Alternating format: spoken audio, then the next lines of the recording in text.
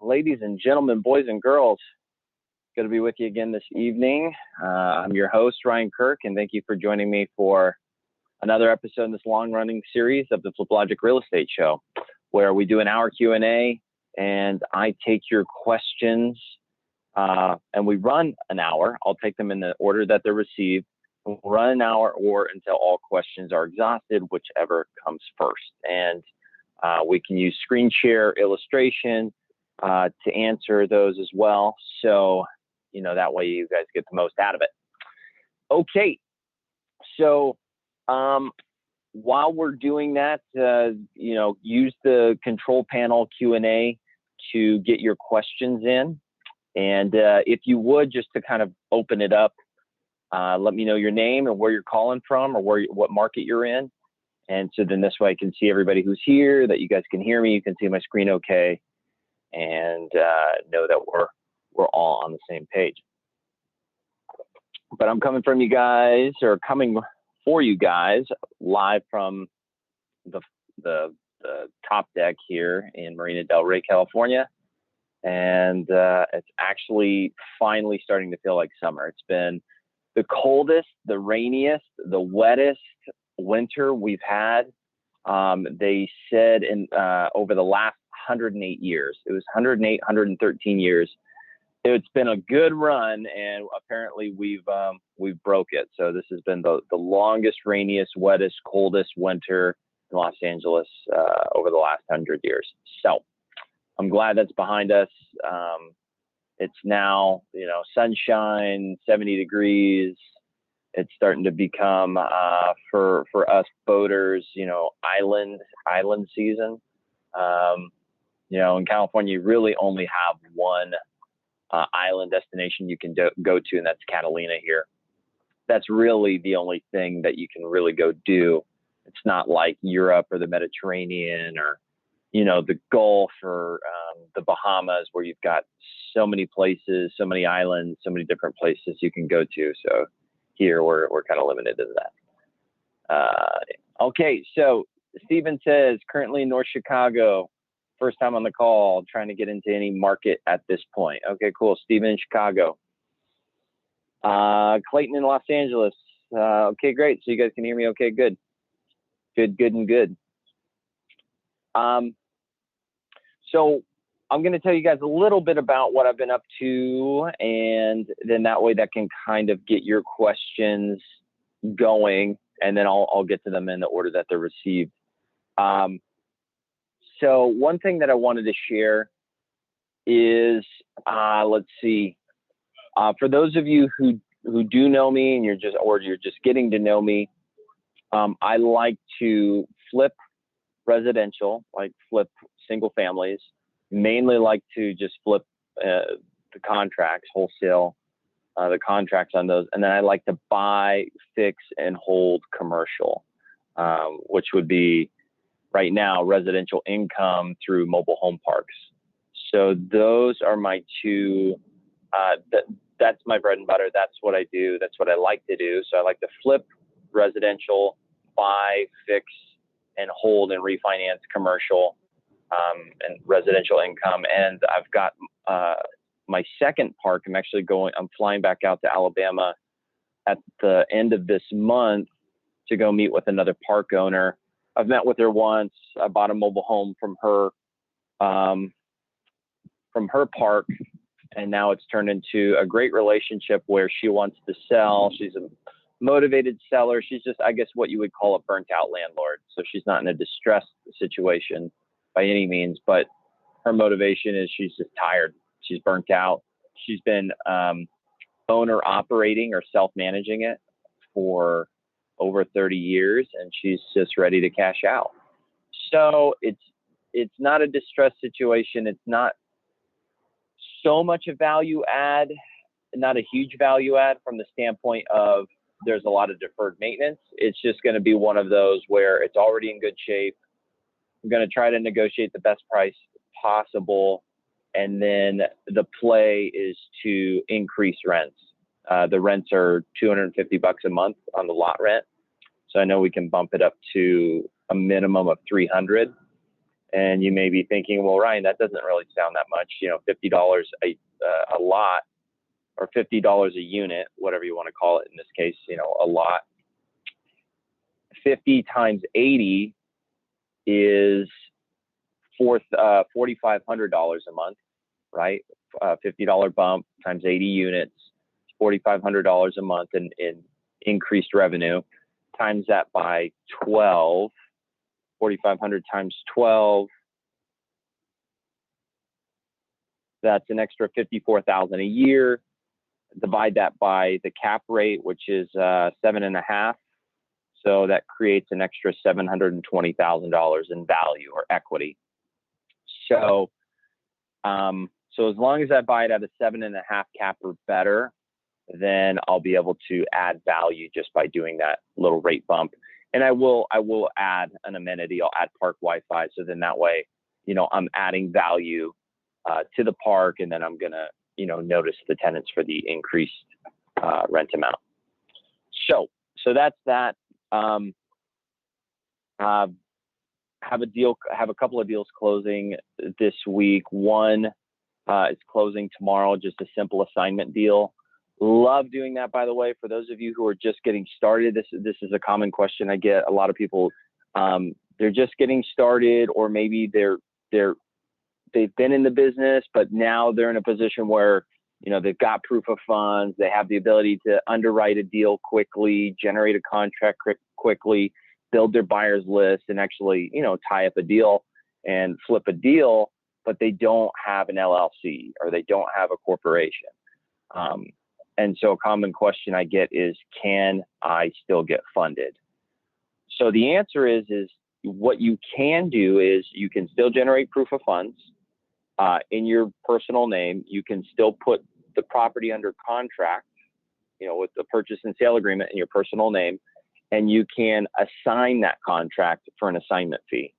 Nothing wrong with that. All contracts are assignable by default unless it's a REO, which is bank owned, or a short sale, which you should really stay away from in the beginning anyways, just because they're not as simple as a private individual seller, right? They're easier to negotiate with. When you're dealing with a bank, you know, you're negotiating against a professional.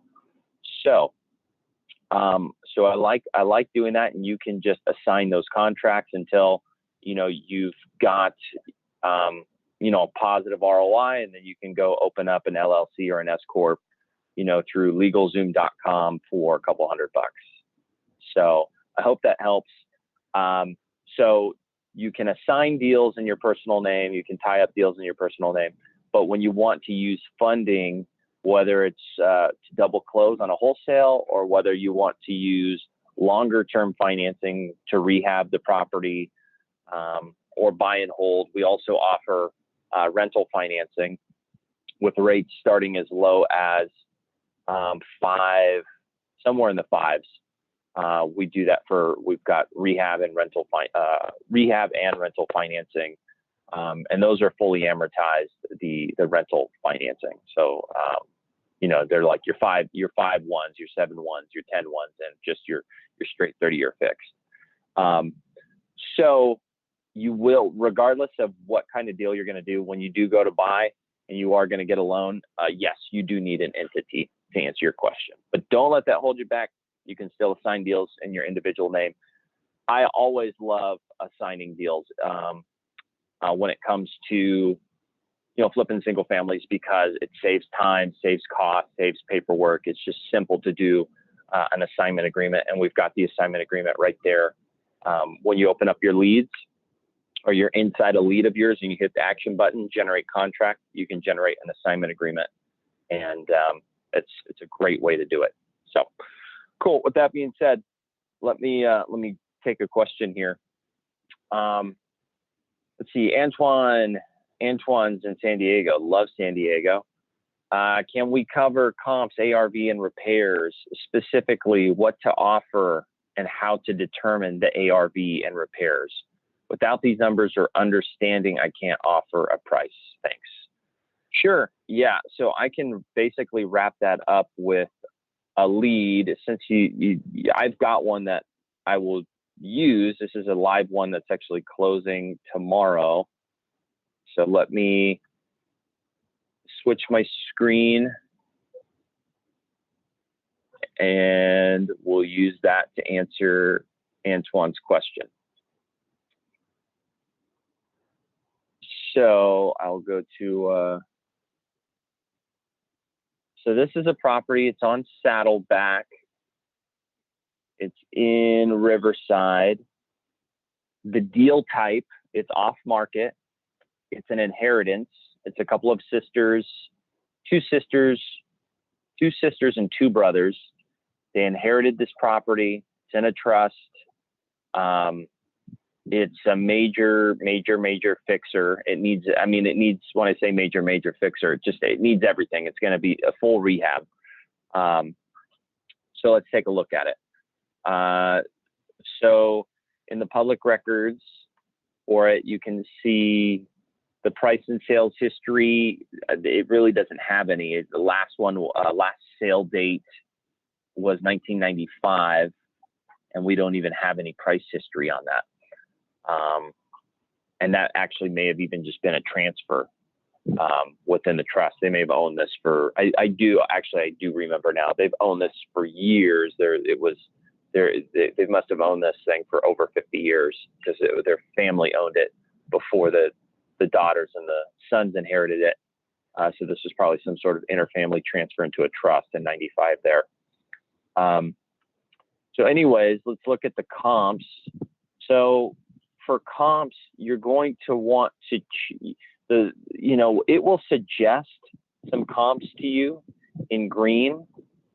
The green up here just means you've selected it. The red means unselected. The green down here in the results columns means that's the most similar, but you're going to want to use your own intuition and look at, you've got your subject here. It's a 4-2, 2,100 square feet on a 16,000 square foot lot built in 1972. You're going to want to use comps that are as close to that as possible. You're really going to want to stay within just a couple hundred square feet, maybe 200, 300 square feet in size, because you start going outside of that, your price per square foot starts skewing. And when you select these comps, it's coming up with the ARV by averaging them together and giving you an ARV, a suggested ARV. So as you can tell, this house isn't like the most cookie cutter. You've got your comps ranging from, 15,000 square foot lot sizes to an acre, right? That's a pretty big difference. So all in all, I selected these 4 comps because they were the most similar to our subject property in the area. We want to stay within a mile. These are all within a half mile of the subject property. Within a mile is good. Within the same subdivision is better, and on the same street, is best. You really can't beat on the same street. So with that being said, we do have one that's on the same street. It is within about 400 square feet in similar square footage, but you can see it sold recently, which is good. Within a year you can use, within 6 months is better, and within 90 days is best. You really want your comps to be as recent as possible. 30 days is great. Within 90 days is really kind of your rule of thumb or what you're looking for. But, I'll go as far back as a year, because appraisers will go as far back as a year, which means the lender will go as far back as a year. And you always want to, go based off what an appraiser and a lender will use. So within a year. And so you can see that that comp that sold at 459, if I were to hit the link here and pull it up and look at the photos, it's a fixer. So it sold at 459 as a fixer. Probably wouldn't work. It probably wouldn't work as a flip at 459. That it's selling as a fixer at 459 may have been to an end user. But ARV stuff that's when you click on these links and you look at photos, because these have already been sold retail, and they're in the highest and best condition, they're remodeled, right? They're selling around 550.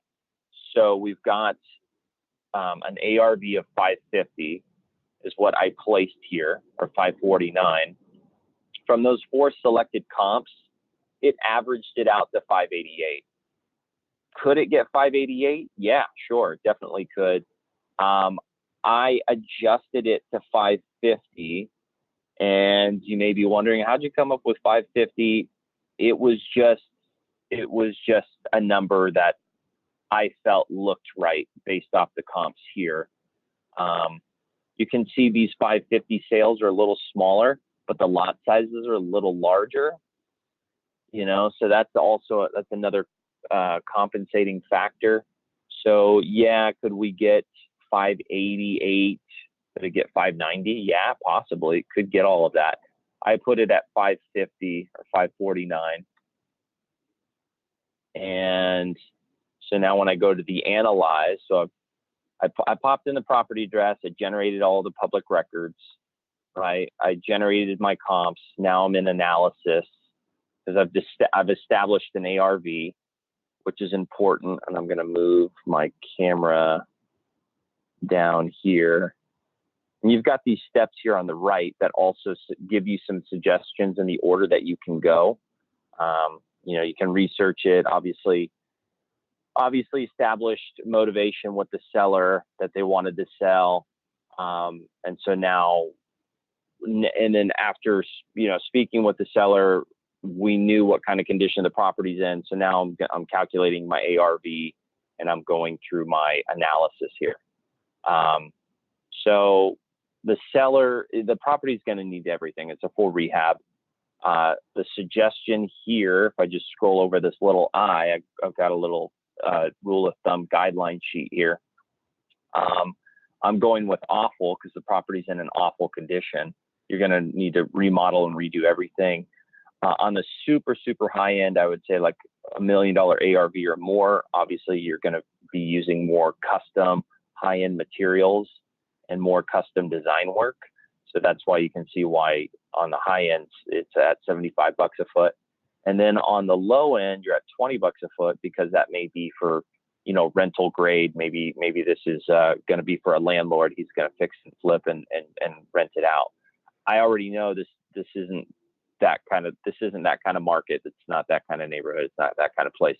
This is where you want to fix, flip, and then retail it on the MLS to a new family. This home's a median priced home for this area.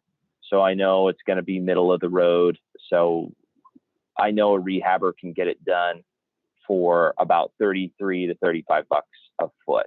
They can do a full rehab plus a new roof at $35 a foot. So you can see that I put in $35 a foot here, 3.5. If I had 0 in here, my total repair and construction cost is 0.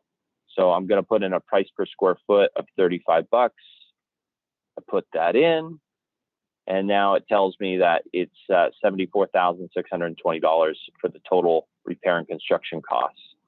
So I moved down. We're not doing any new construction. This is just repair costs off the existing. We're not adding square footage and doing new construction. So that just stays blank. So everything else self-calculates. The default is 4 months. Typically, somebody's going to rehab a home in 30 days and then put it on the market and hopefully have it sold right away, right, with offers, and have it close in 30 days. So hopefully they can turn it around in 60, right? If not, maybe 90 days, to 120, 3 to 4 months. So conservatively 4 months, aggressively 2 months. I put this one at 3, or right in the middle of the road. If they use high leverage, if they get 90% for their purchase and repair costs and a 10% rate, that's about the highest you could leverage in the market today. Because even we'll lend on the rehab side, we'll lend 90% of the loan to cost or loan to purchase, in other words, and 100% of the rehab. That's as high as we'll go. Obviously, the rate's higher for that because it's a more aggressive loan to value, right? So the rate would be higher. So I've underwritten it with that. Default is just 80%. So let's just call it 80, 10% rate. Typically, this defaults, if I just hit reset, the default is a 10% ROI, which would mean a max rehab price if you're going to rehab it, or if you're going to wholesale it. This is what you would want to wholesale it at to a rehabber. So in this case, 386,800. I round up to 387, and now we've got our numbers here. That's a $50,000 net rehab profit to a rehabber at that price. And so to answer Antoine's question now, how much should we offer? Well, as you can see, we're reverse engineering the math here, aren't we? So if we know if we can sell it, we're estimating we can sell it at 387. If we know that, then we want to offer below that. It says start with your initial cash offer at 339,500, and then it gives you room to come up to 372. Now those are just suggested. You could start lower if you want. You can start wherever you'd like, but you want to give yourself a profit margin. So in our case, we actually started at 300. Why 300? Well, that's just where the negotiation started. You kind of have to feel it out. This sometimes, he who says price first loses. You always want to know what the seller's bottom number is. What's the best price they can do? What's the least that they're willing to accept? And so we knew they were open to an offer in the low threes. We started at 300, and then we came to an agreement. They countered at 325. We countered at 310, and we came to an agreement at $310,000, right? So that's where we came to an agreement at. Obviously, that's a screaming deal, right? That's below the initial suggested offer. So we got it at 310. We then just come here across the top, marketing, because now that we've got our numbers, well, you would go to action, you generate a contract, and you'd want to, once you come to a verbal agreement with the seller, you can then generate a contract to formalize it and put it under contract, so you now have control. And now you can do a marketing blast. So you can see here under marketing, I'm doing a cash offer email blast. I've got my property blurb in here. I've got some photos. If you've got photos from the seller, great. You can typically put them like in a Dropbox, or you can just add them here into your documents folder and put the photos in there. Anything you put in the documents folder, you can send in this email blast that you send out to your buyers. So you can see I've got a blurb telling a little bit about the property, the benefits, describing it, access instructions. They can only get in by appointment only. And then I just move down the steps here. You're not really going to do much in check variables. You don't have to do anything in check variables. That's just where you could select your thumbnail photo if you wanted to select an image, because it'll default to a street view image, which I did. I didn't even put in a new photo. Then enter message. Enter message is, I'm going to put in the subject line. I like to do, if it's off market, I like to let people know it's off market. And then I like to just tell a little bit about the home. It's an easy fixer, because it's not structural. It's just, it's a full rehab, but it's still easy. It's still just all cosmetic. And it does have views, a pool and a spa. So I put that with a casita. So I put that in there. So they look at the email, they see, off market, view, easy cosmetic fixer, views, pool, spa home with a casita in Riverside, asking 385 to 549 ARV. The price reduced today. That's because I actually sent this out initially. I sent it out at a higher price. I don't remember what I sent it out at. I sent it out at a higher price, and then I did a price reduction. I sent it back out because I didn't get enough interest in it because it was overpriced.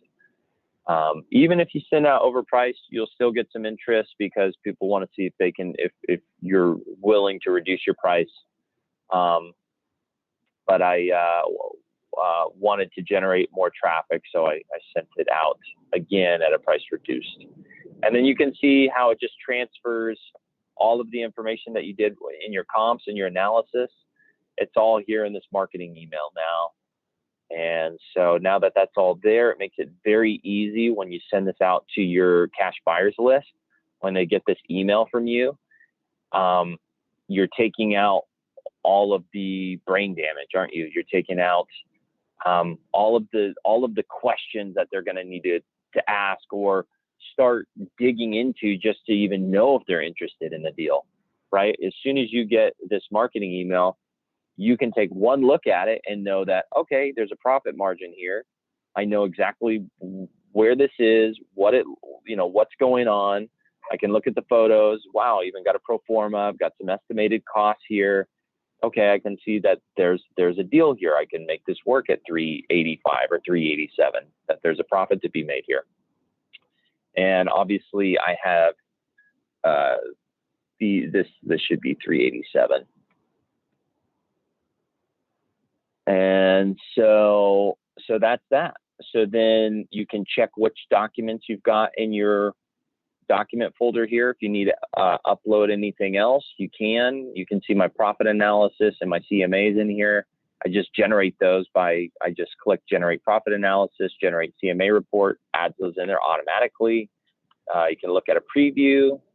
Once you look at your preview and you're like, okay, looks good to go, then you hit find buyers. If you already have a buyers list that you've built, it's going to be there, what you're seeing there now. And then you can click send to all, and it'll send to all your buyers on your list. Or you can just select the ones that you want to select and then send to selected. And then if you don't have any buyers on your list, then obviously you want to start building buyers by using the instant leads, and go to your instant buyer leads over there and do that. Cool. So I hope that answers Antoine's question. That was a big question. And with that being said, let me go back to our Q&A here and see what we got.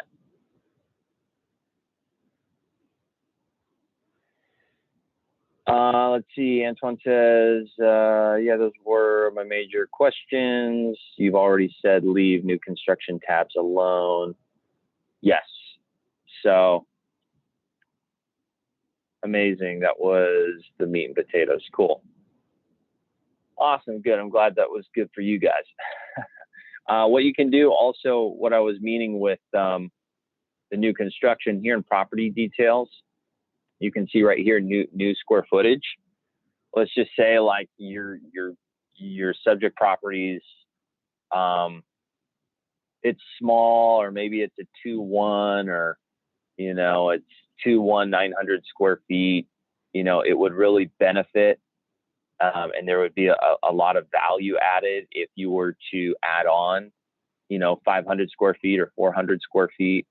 And change that 2-1 into a 3-2 by adding 400 square feet with a master bedroom and bathroom, right? So then you would put in 400 square feet in here for the new square footage. And then when you go to analyze, obviously you're going to need to put in a price per square foot cost for the new construction. New construction price per square foot depends on the area and what you're doing, but let's just say it's going to be $125 a foot to add that on. Now you can see our total repair and construction cost is $124. That's broken down by, $74,620 on our repair cost for our existing square footage, right, at $35 a foot. And that was calculated because we just put in a price per square foot. And then our new construction cost, which is $50,000. And that was calculated because we just put in a price per square foot for new construction of $125 a foot. And that's working based off our, both of those are working based off our property details and the amount of square footage that's over here, right? We've got 2132 in our existing. That's what populated from the public records. And now that I've added 400 new square footage, you can see our total square footage is now 2532. So that's how that works.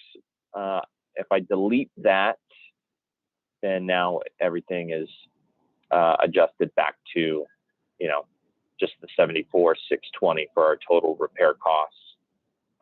And now we don't have anything in the new construction. Makes sense? Let me check sorry, the sun's setting here a little bit. I know the shadowing is probably not very good, but what can you do? It's just this time of year and the way that the sun's setting now. Okay, I wanted to see if we had any questions on YouTube, so we're good there. So let me see.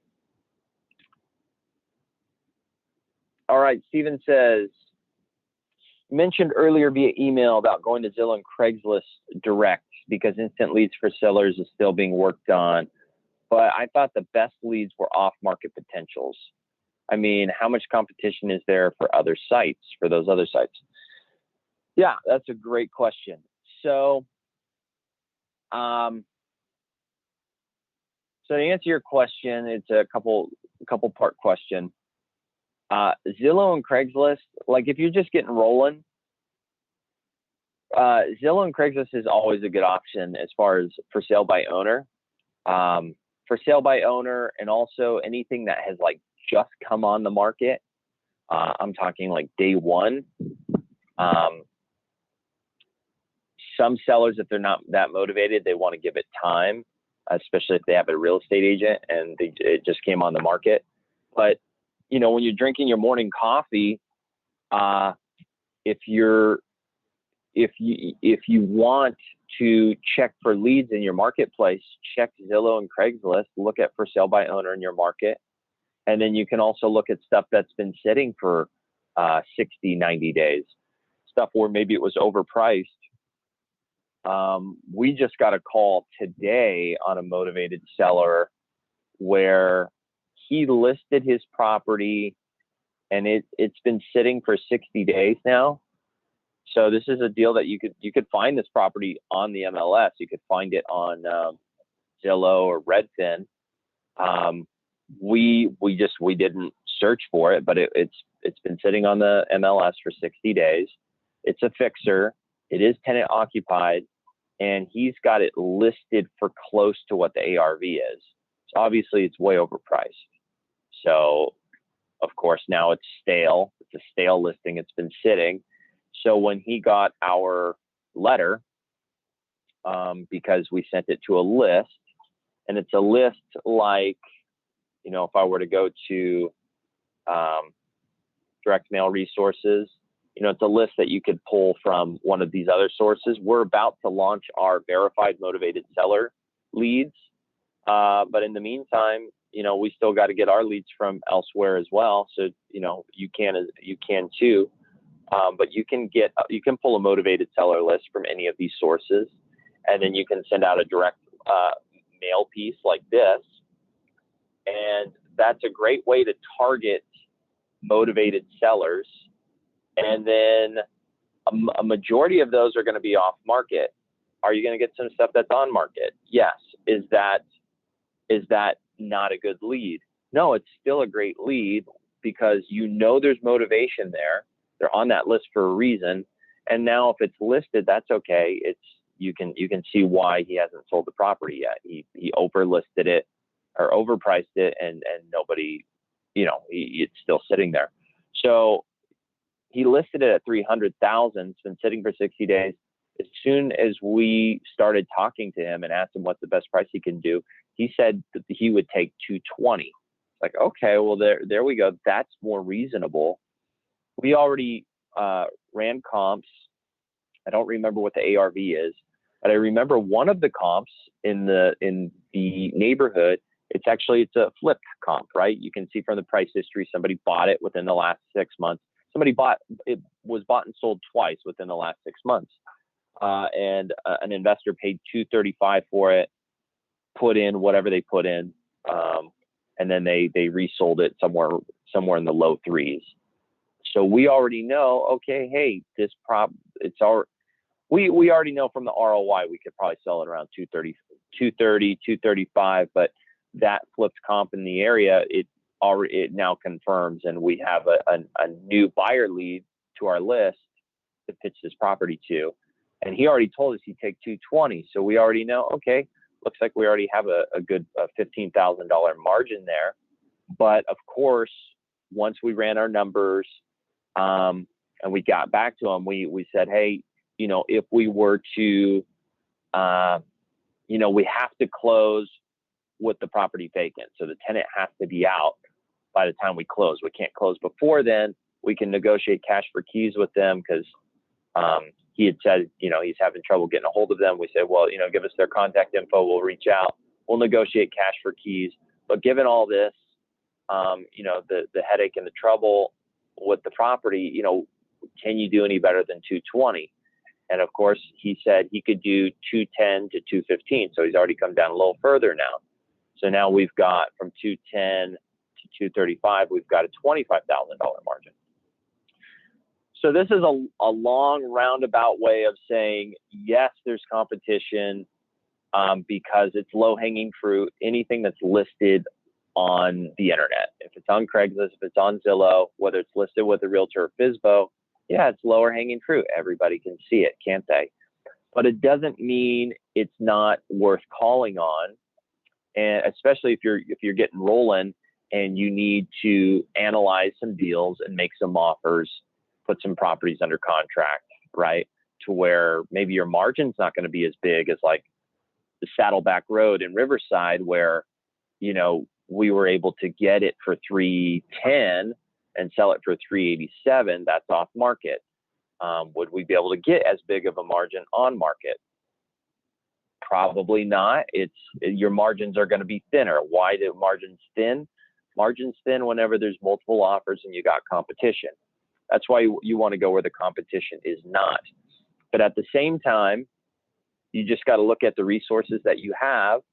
And if you have not launched a direct mail campaign like this yet, or maybe you're just about to, and you're waiting for the calls to start coming in, while you're doing that with your morning coffee, get up and look at what's happening in the marketplace today, right? Who has just listed their property with a realtor and who just listed at FSBO, and then maybe who's been sitting on the market for 60 days on market, right? 90 days on the market. If the property is, you can identify whether the property is a fixer or not if it's online. That's the nice thing about that. So you can see whether it's a fixer or not. And if it's still available and it's been sitting, then that's a good time to call them up, let them know you saw the property, you're interested, you're a cash buyer, and you're thinking about making an offer. Could you tell me a little bit more about it? And then that way you can do that, build a little rapport, and then run your numbers, make the offer, come to a verbal agreement, and then put it under contract with a purchase and sale agreement. So I hope that helps, Stephen. If you have any further questions on that, let me know. I'd be happy to discuss it further. So Stephen says, of course, how often do you inspect the properties physically yourself? That's a good question. So like, for instance, on this call that just came in today, haven't inspected this property. I don't really plan to. We try to do everything over the phone. So for instance, we already know what kind of condition it's in based off the description that he's described to us. It's a fixer, it's a rental. So we know, okay, it's probably gonna be $35 a foot. Probably gonna need everything plus a new roof. So we've underwritten that just desktop, right? What you would call desktop underwriting. So we've underwritten it. We've used comps. So we've established our ARV. We've established our repair costs. We've established our max rehab price of what we could sell it to a rehabber for, $235. He's already told us, and this is all over the phone, we haven't gone to see it. He's already told us that he'd be willing to take $210. So then we write up the offer and now we put it under contract. So now our next step is we're gonna market it to our cash buyers. So if we're marketing it to our cash buyers, our cash buyers are going to go out and see the property.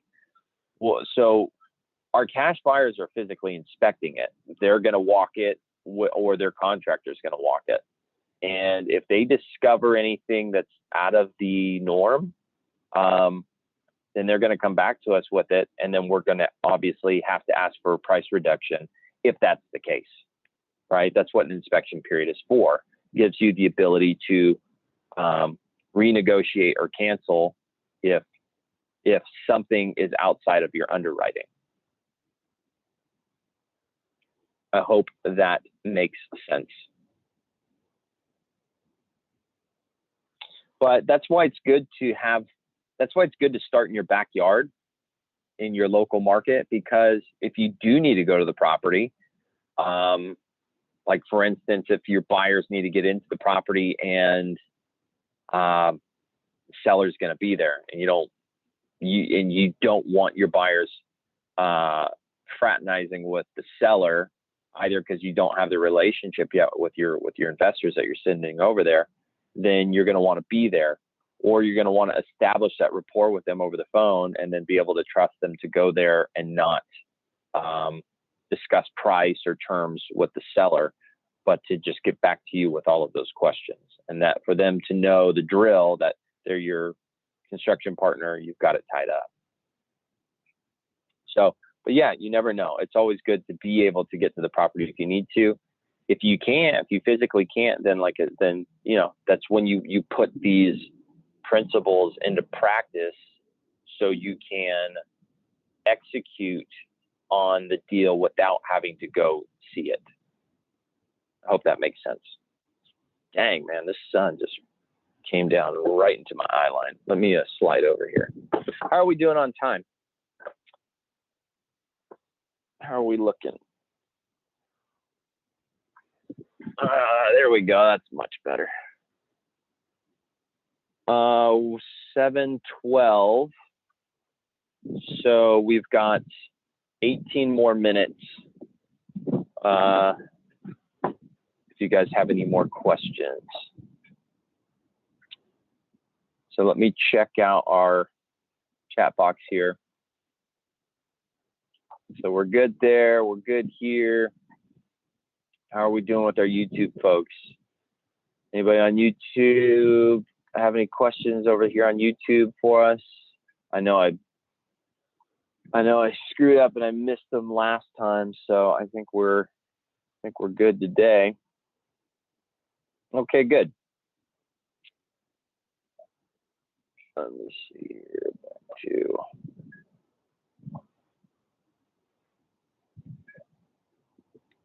all right. Okay. So Stephen asks, okay, let's discuss local market. What if I wanted to partner 50-50 with you? I mean, you are in wonderful weather of Cali and I'm in Illinois. Yeah. So yeah, if you wanted a 50-50 partner, we love it. I mean, obviously we love to deal partner. We love to have a 50-50 interest in the deal, based on a deal you have under contract. And yeah, if your deal's in Illinois and we're here in California, where we become your biggest asset as far as being your deal partner in the deal is, one, we will help you market the deal as well. I mean, we're going to be an advisor, and we're also going to help execute. We're also going to help manage the transaction, help run point with title and escrow, or the closing attorney if you're an attorney state. We're going to help you negotiate, because even though you're building your buyer's list, you're marketing the deal, you're going to have questions, and you're going to want us to be a sounding board. Maybe you've already built your buyer's list, you've got the deal under contract, and great, we're on the same page. We've opened up title and escrow. You've done your marketing blast. Maybe we've helped you tweak it a little bit. and now that's out, and now you've got guys going over there. And now maybe you're getting 3 different offers, and maybe they're all, I don't know, maybe they all lowballed you, or maybe one lowballed you and the other 2 are just kind of in the middle. So we'll do things where we will help you get the highest and best price out of all of those offers.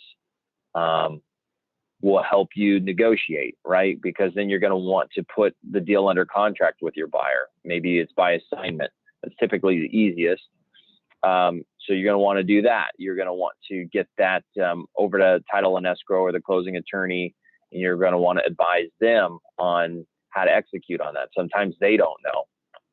I run into it all the time. It's just, you could even work with an investor-friendly title company, but you just use a branch, and they've got their officer in there, and they know about assignments, but they've just never done one before. And so they're like, what do we do next? And so that's where, we're a great partner. So we're a great advisor when all of that's going on. Maybe you need to renegotiate with the seller. So we know all the tips and tricks on how to get that done.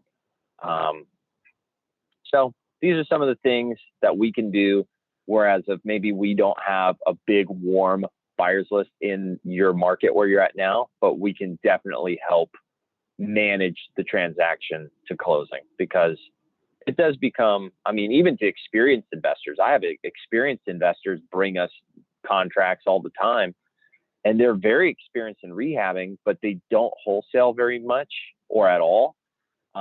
And it's just a different type of transaction. So, and again, you want to maximize your dollars out of it. And so we know how to, push the price up with the buyers and push the price down with the sellers, and how to manage expectations and smooth it to where it's smooth closing. So I hope that helps. And like I said, we'll also help you market the deal too. So it gives you the opportunity to build your buyers list further, but you should already, be building your buyers list now. If you guys aren't, you're going to want to start doing that. Antoine says, projected cost of sale, percentage of sale price. 7% a good number, or can this number move up or down to perhaps 9 to 10%? 3% for buyer's agent, 3% for seller's agent, and 1% for closing costs. I see. So projected cost of sale. So yeah, so we already have an assumption in that pro forma. When you put in your ARV, you put in your repair costs, and and we've got assumptions already in there, right? So when you generate the pro forma, you can even see what the assumptions are. You can change them if you want. In the over here, I'll show you. So actually over here in the system default values, you can change the assumptions, the property tax rate, first mortgage amount. As you can see, we have it set at 80% of the purchase and repair costs. If your buyer is truly a cash buyer and they're going to close it all cash, maybe they're not going to have that cost, and that could be 0. But we always underwrite it into the deal, because a lot of cash buyers out there, they're cash, but a lot of guys, they'll leverage hard money or private money. So we always just like to assume that in there so the deal's not too skinny. I'm ducking so I can read the rest of these. You can change the insurance assumption, and then this touches on Antoine. So like the realtor fees, right? So Antoine, you had said basically 6% total, 3% to listing, 3% to buyer. We assume 3.5%, which is 2.5% to a buyer's agent, 1% to the listing agent. Typically flippers, they're not going to go pay retail rate real estate commissions when they go to retail and exit out of their rehab project. They're typically going to pay their go-to realtor, who probably does volume with them. Either they're an in-house realtor or they're just a go-to realtor that they use, they'll typically pay them 1%, a 1% listing commission. You may think, man, that's low. They usually make it up with volume on them. And then those listing agents, they'll generate, business through buyers coming through there. And it allows them to generate other retail business and other retail buyers and transactions. So you can see how that works. So we typically underwrite that at 3.5%. And if maybe you're in a market where that would just be so low because your ARVs are I don't know, under 100,000, then you could adjust that. But that's what we have in there. And if you're ever unsure, you can always generate the pro forma and see if it makes sense or not. So I hope that helps. And then 1% for closing costs. Yeah, 1% is about right. We probably have about that much in there for title, escrow, transfer fees. Is a 20,000 rehab budget a pretty good rule of thumb? I would say no. I mean, that's just 20,000. I mean, you're really going to want to use a price per square foot multiplier, like that guideline sheet that I showed you when I scrolled over the I next to the repair costs, because your square footage is going to change. 20,000, on a 1,500 square foot home, here on a 1,500 square foot home that needs a full rehab and a new roof, 20,000 is not going to do it. You're going to need to spend $33 a foot. That's going to be close to, $33, $35 a foot. That's going to be close to 50,000 full rehab and a new roof. In a median price neighborhood here in California, maybe somewhere in the Midwest or in the South where homes are much cheaper and you're not going to be doing all of the high end finishes like what you would do on a $500,000 home out here. Maybe instead of $35 because of your materials and labor costs here versus, again, in a lower ARV market, maybe you're going to be at, $20 a foot. But you're not going to want to just assume like 20,000 or flat fee. I hope that helps. Projected rehab period, 2 months is aggressive, 4 months is more conservative. Yeah, it really depends on how heavy the rehab is and how hot the market is, right? You could check the comps, look at the comps and see what the days on market are. That'll also help let you know how quickly homes are selling. If homes are selling in 30 days over there, and it also depends how the rehabber prices their home. But yeah, 2 months is aggressive, 4 is conservative. How long will the actual renovation of the property take? Include renovation time only, not time to sell. I mean, a rehab, again, it depends how light or heavy the rehab is. I mean, a light rehab could be 2 weeks, a heavy rehab could be a month. Could be 6 weeks. So I always like to assume 30 days for the rehab, another 30 days for marketing time, and another 30 days for them to close on their loan. So that's 90 days, 3 months. But yeah, I mean, if you look at comps, you look at flip comps in neighborhoods, the flip comp we just looked at for the inbound call, that deal that we're putting under contract at 210, that flip comp, from door to door, from sale to sale, was 60 days. So obviously they were on it. They got the rehab done, priced it right when they put it on the market, got offers, accepted an offer within just a few days. So then, the buyer had their almost full 30 days to close on it to allow for the 60-day turnaround. So 60 days, you got to be, like I said, on it. But yeah, the guys, they do it. They get it done in 60 days. But that kind of gives you an idea. So 60 to 120 days. All right. Let's see. How are we doing? We've got 6 more minutes. 6 more minutes. So if you guys have any more questions, let's get them in. Okay.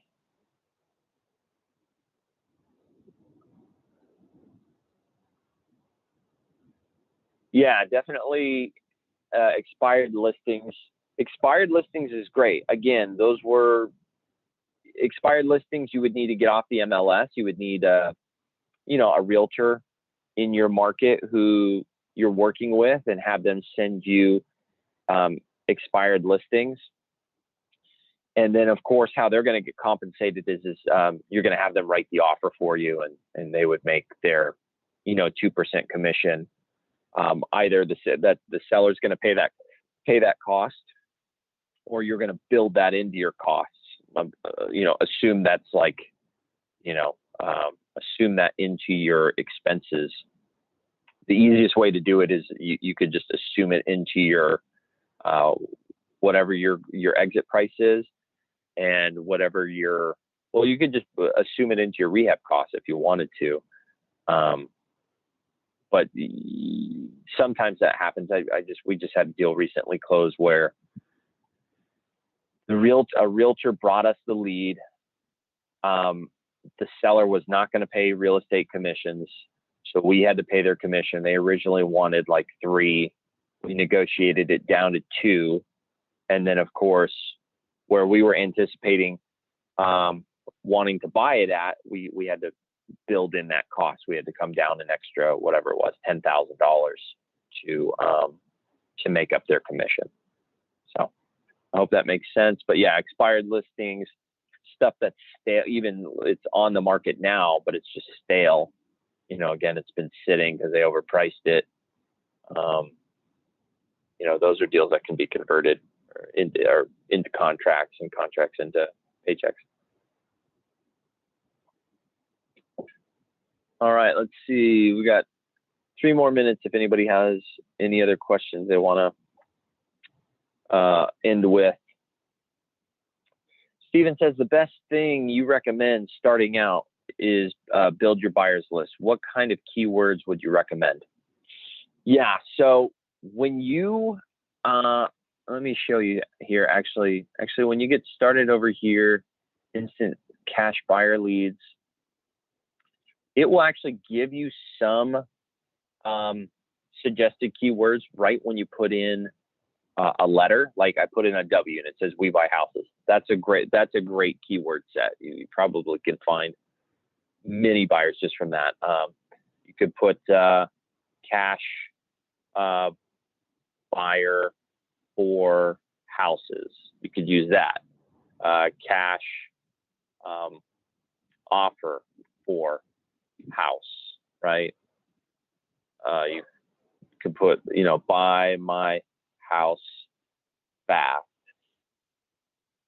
So you can do things like that, which will help you. Dang, the sun is just coming right into keeps going down. I got to keep sliding over. So, and then when you go to put in your city, when you start typing this in, you're then going to want to select from the drop-down list, because you can tell whenever you're adding a lead or you're searching for a buyer, you really need to select from the drop-down so the system can geo target it to where it can then populate the data. So start typing, select from the drop down, but We Buy Houses would be a good one. So I hope that helps.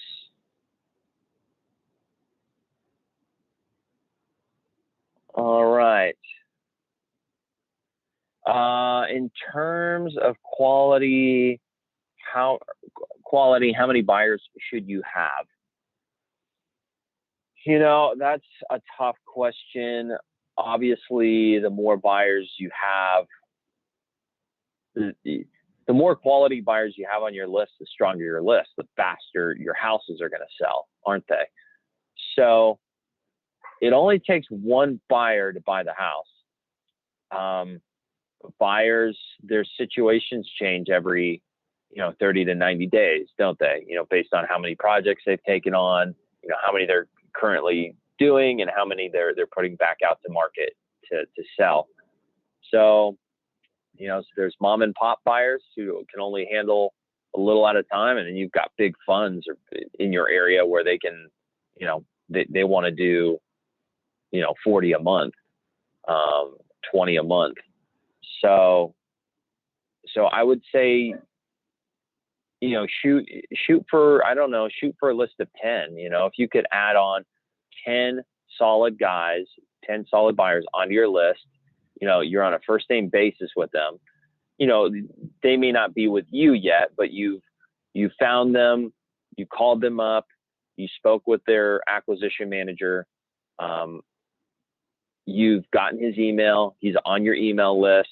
You know how many deals they're buying every month, what they're buying, like price range, how many they can do, how quickly can they move on a deal once you send it to them?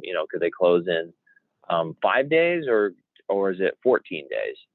And that's really going to depend on, that gives you an idea. I mean, even guys who are going to use hard money, they can still, if they've really got their act together, they can still turn out loan docs and, get somebody out there, get their GC out there, walk the deal, sign an assignment, within 24 hours, wire deposit and close in 5 days. That's a solid cash buyer. Guys who are going to close in 14 days and they need more time, because I don't know, maybe appraisal time with their lender. Obviously it's nice to have a nice, stable, a big list of aggressive cash buyers who can close quickly. All I can say is just start building your list. Stop when you feel good about it. For me, I'm a constant, and with every deal, you're gonna end up adding more buyers to your list. Because flipped comps in that market. You research who bought that home, and you end up adding them to your list. So organically, you're going to grow. But I would say, it's nice to have a good list of 10 guys, who you can send it to. So then that way you've got a good stable of people. Somebody's hungry at any given time, right? So that's what you want. Cool. All right, guys. Well, great call. Thank you so much for everybody for being here. I hope this was of value to you. So be sure, if you have any other questions, be here next Monday night, same time, same place. And we look forward to, working together, doing deals, whether that's deal partnering or just supporting your proof of funds by just providing the bank statement. And you keep 100%, or just, got your back with proof of funds and software and the data, that's good, but we'd love to deal partner with you 50-50 and fund your deals when they need funding too. All right, everybody. Well, thank you so much.